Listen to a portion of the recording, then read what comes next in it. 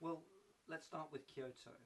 It's basically now a European protocol. It's got the EU members plus 2 other countries.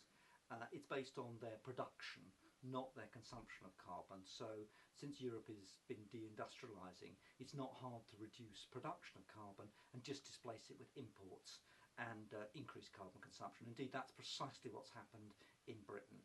We have increased our carbon consumption by nearly 20% between 1990 and 2005, while reducing our carbon production by 15. The second thing to say about the Kyoto framework is we can't wait for that. I mean, what happened at Durban was that we agreed to try to find a possible solution by 2015 of what we might do after 2020. By that time, China and India will be twice the size. There'll be nearly 600 gigawatts of new coal in the world system, and climate change can't wait for that. So it isn't going to work on any time scale that's relevant to trying to limit things at 400 or 450 parts per million.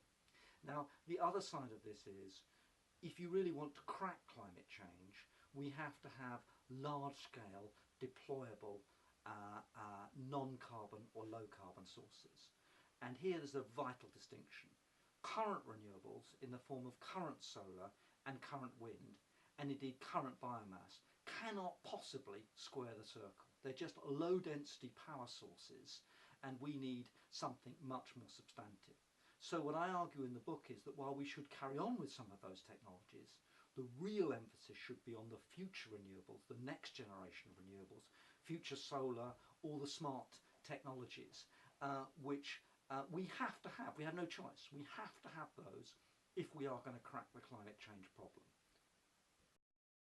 I think obviously you can look at the international process and say we should have made more progress. I mean, it's been woefully slow, but the reasons why it's been slow have been entirely political.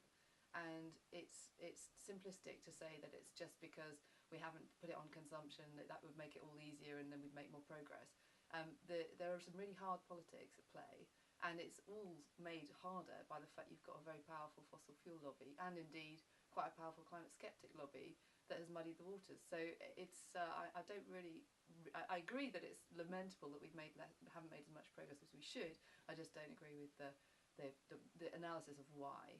And then on the UK side, we are pumping some money into some more expensive technologies, but we're also pumping money into very good and efficient technologies. If we're doing a sort of backing many horses bet at the moment, and basically that hedging the bets strategy is going to, I think, pay dividends, because you can't build second generation renewables until you've gone through the first generation, and at the moment we're investing in those, and we haven't picked winners. We've put in place market-based structures, we've put in place subsidies and incentives, and that's proven to bring forward investment from the private sector, which is what we need. So I think it's, again, a little bit too simplistic to say all renewables are bad and all renewables are expensive. A lot of our renewables is actually biomass or hydro, the refurbishment of hydro, and that's been a good thing to do. So if you look across Europe, it's actually a much more diverse picture than Dieter is painting, and I think it's going to pay dividends.